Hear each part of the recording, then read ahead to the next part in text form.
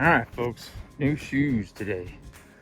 So that's my new rig. I'm not completely set up. That bottle's empty, so I'm gonna put it in last so I can fill it up tomorrow. But that's where my propane bottles are at. I normally would turn them on from there. I can't reach all the way across there, so I think I'm gonna put a new valve here. These are good valves, but if you bump them even a little bit, they open up. So anyways, I'll try and put a good valve either here or I don't know, maybe midway in between, so I don't have to crawl in there to do it. But excuse me, who knows who this is? So his feet look pretty good, but he is going to Kentucky. He is going to be a breakaway horse for a little girl. He has done his job for Faith, and if he's still here come hunting season, he'll be packing for me too. But he's going as soon as they get here with the trailer. Or someone can take him that direction. He's going to Kentucky to rodeo. This is Diesel. So okay, Diesel. We're getting new shoes on Diesel so that when the people come get him, they don't have to find a fair. It'll just give him time to find or get him done. Someone is a little jealous that I've taken him. Everybody, she needs shoes too, so if I don't get to her today, we'll get her tomorrow. But this one needs new shoes. She doesn't even have any back shoes on. She did, but she lost them out in the pasture, so we're gonna, oh, you know what? She has one shoe on. That's what a good farrier she has. Or the fact that I am a farrier, so I'm lazy about going out and finding anyways, so it'll be Diesel first, then her today, and then if I don't get to Hot Sauce, we'll do her tomorrow after I get home from getting paid to shoe horses. So who's this? All right, I'll try and do it before and after. I'll put whoever I'm working on, I'll probably have tied here, so I'll just switch her over when he's done. But I'll try and do it before and after. He's not super long, but we'll get some new sneakers on both these guys, and maybe we'll start on who's over there. Uh-oh, I'm barking. That is Jenny. She wants to make sure everybody's safe. And she barks if she sees something moving like over there. She's barking at that truck right there, I think. All right, just testing to see if you can see my animal because I don't have a tripod. I've actually got my phone propped up on some horseshoes. We'll see if I can get any of this.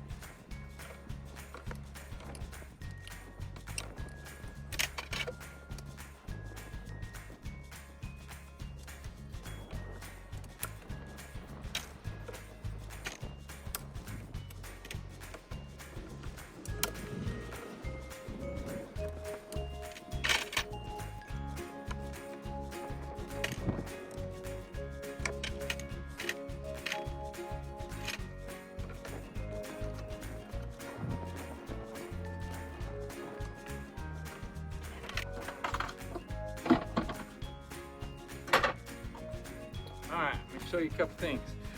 This shoe is good. I don't have to put a new shoe back on because he hadn't been doing a lot of. This shoe's still in really good shape compared to a brand new one. It's almost the same thickness. So I'm gonna reuse that. The other thing I wanted to show you.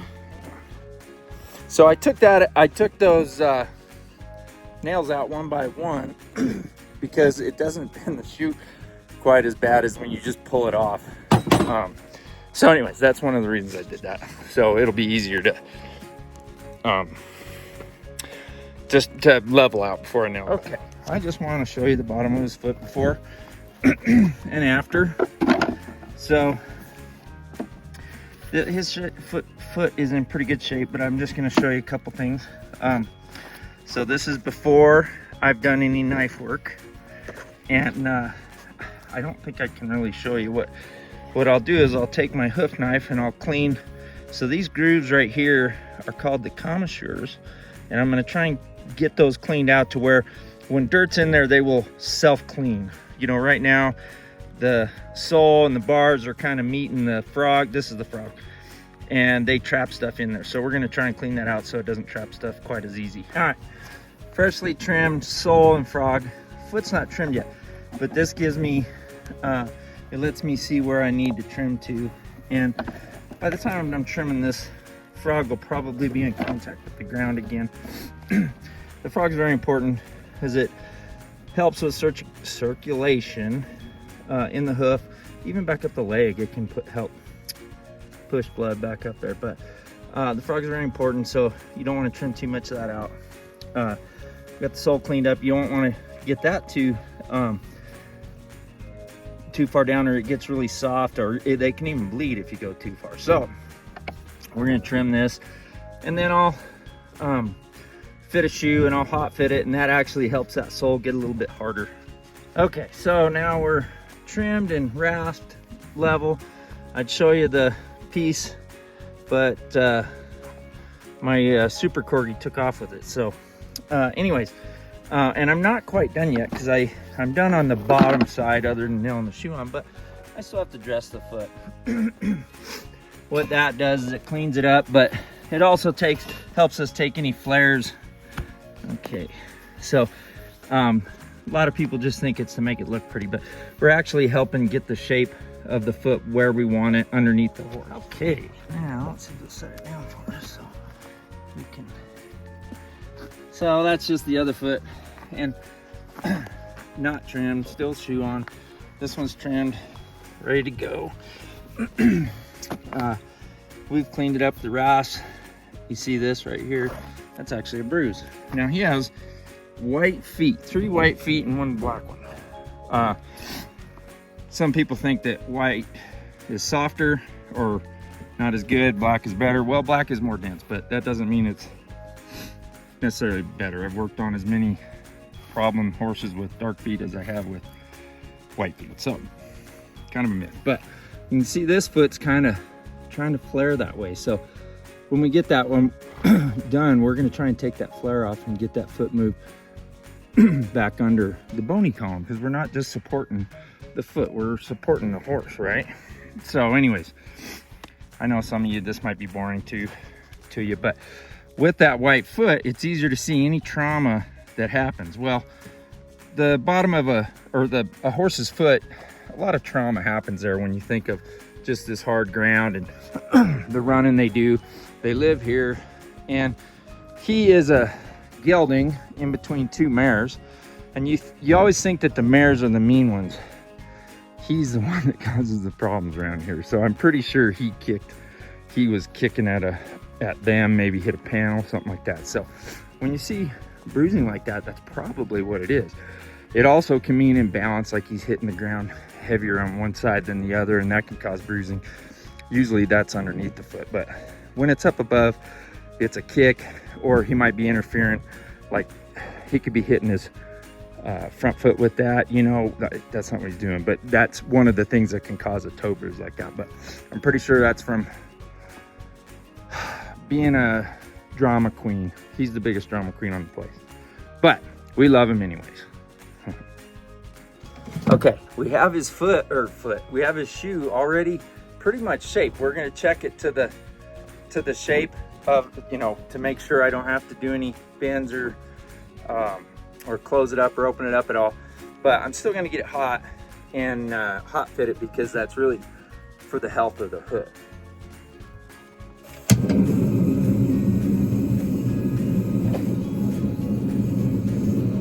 All right, let's clean up the bottom of this. That's what it looks like with all the dirt on it. Let's clean it up.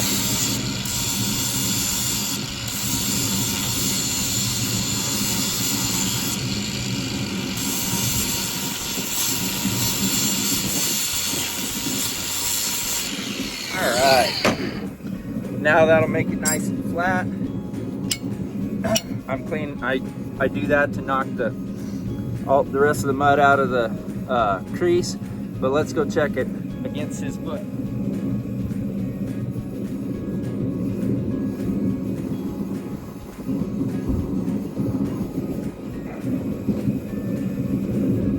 That is right where I want it. So I'm going to put it in the fire and let it get hot while I work on the other foot. You guys are gonna get bored, so I'm gonna turn it off and I'll turn it back on when I'm ready to fit it. Okay, the other shoe's ready to go in. Let's see if you can see what I do with the first one.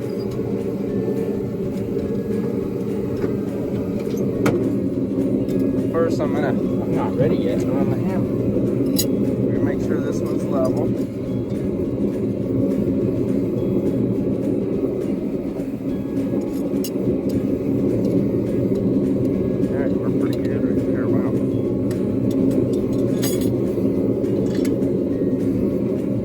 Fit tongs.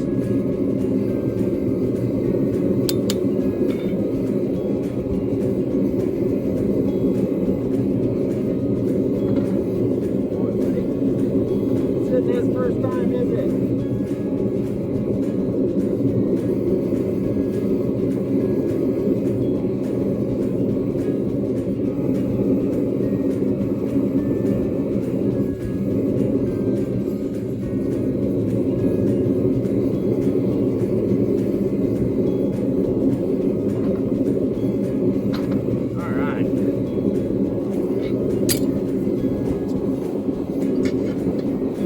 Okay, we'll let that cool a little bit, and then I'll try and show you what the bottom of the foot looks like. All right, buddy.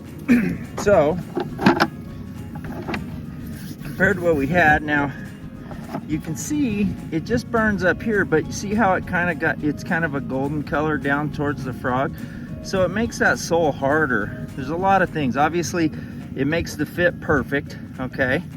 But it kills all the bacteria in the white line. So you have a less chance for thrush or any white line disease. So it's really good for that. Also, it toughens and kind of calluses the sole. So if you have a soft sole or tender sole horse, this is really good for them. And I'll take a little bit of this out of the toe, so that you want to always relieve toe pressure before you put the shoe on, because if there's toe pressure under there, it can be really uncomfortable for them. All right, let's do this other one. It got hot nice and fast. I don't know if you can hear me. I should probably put a mic on, huh?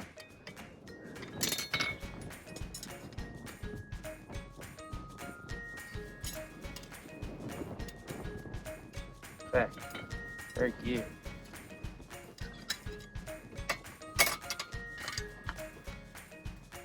And just do the same thing with this.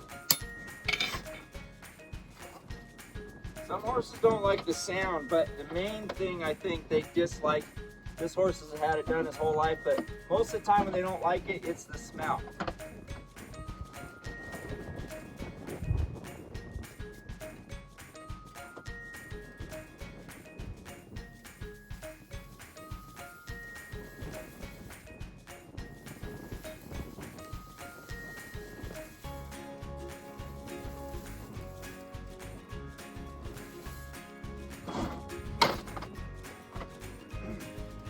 But he doesn't mind. All right, let's nail some shoes on.